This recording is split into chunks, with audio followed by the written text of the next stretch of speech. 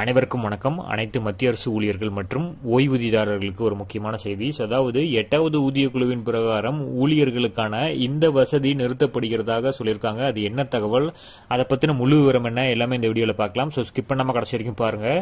நம்ம சேனலை சப்ஸ்கிரைப் பண்ணாதவங்க பண்ணி வச்சுங்க. நம்ம சேனலில் சென்ட்ரல் மற்றும் ஸ்டேட் கவர்மெண்ட் சம்பந்தமான ஆல் அப்டேட்ஸ் போட்டுருவோம்.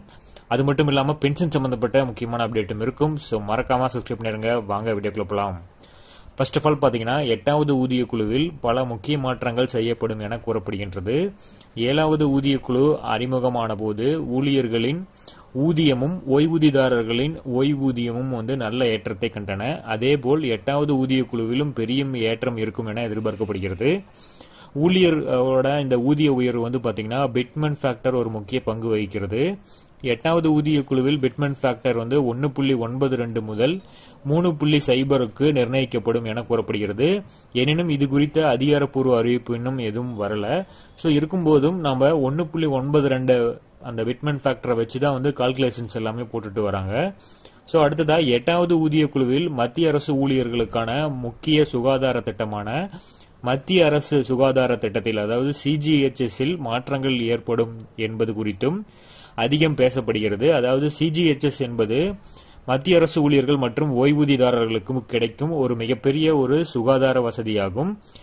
சிஜிஹெச்எஸ் திட்டத்திற்கு பதிலாக புதிய காப்பீடு அடிப்படையிலான திட்டத்தினை கொண்டு வருவது குறித்து பேச்சுவார்த்தை நடந்து வருகிறது. மத்திய அரசு தற்போது சிஜிஹெச்எஸ்ஐ மாற்றி அதற்கு பதிலாக 8வது ஊதிய குழுவின் பரிந்துரைகளினோட அடிப்படையில் ஒரு புதிய சுகாதார திட்டத்தை அறிமுகப்படுத்தக்கூடும். இந்த சுகாதார சேவைகள் மிகவும் விரிவானதாகவும் நவீனமாகவும் இருக்கும் வகையில் சிஜிஹெச்எஸ்க்கு பதிலாக புதிய காப்பீடு அடிப்படையிலான திட்டத்தினை அறிமுகம் செய்வது குறித்து வலுவான விவாதம் நடந்து வருகிறது. இருப்பினும் சுகாதார திட்டமான சிஜிஹெச்எஸ்க்கு மாற்றாக இது முதல் முறை அல்ல. 5வது 6வது மற்றும் 7வது ஊதிய குழுவிலும் சிஜிஹெச்எஸ்க்கு பதிலாக பிற திட்டங்களை மாற்றுவதற்கான பரிந்துரைகள் அளிக்கப்பட்டன. இந்த முறையும் மாற்றங்கள் எதிர்பார்க்கப்படுகின்றன. அரசாங்கம் இன்னும் எந்த ஒரு அதிகாரப்பூர்வ அறிவிப்பும் வெளியிடல. 7வது ஊதிய குழுவில் சிஜிஹெச்எஸ் மாற்றங்கள் செய்யப்பட்டன. உதாரணமாக சுகாதார திட்டத்தில் ஆயுஷ்மான் பாரத் இந்த சுகாதார கணக்குகளுடன் இணைக்க அதிகாரிகள் முயற்சிகளை மேற்கொண்டு வருகின்றனர். சிஜிஹெச்எஸ் பங்களிப்புக்காக சம்பளம் கழிக்கப்படும். இதனால ஊழியர்களுக்கு இப்போது தானாகவே இந்த அட்டைகள் வழங்கப்படுகின்றன.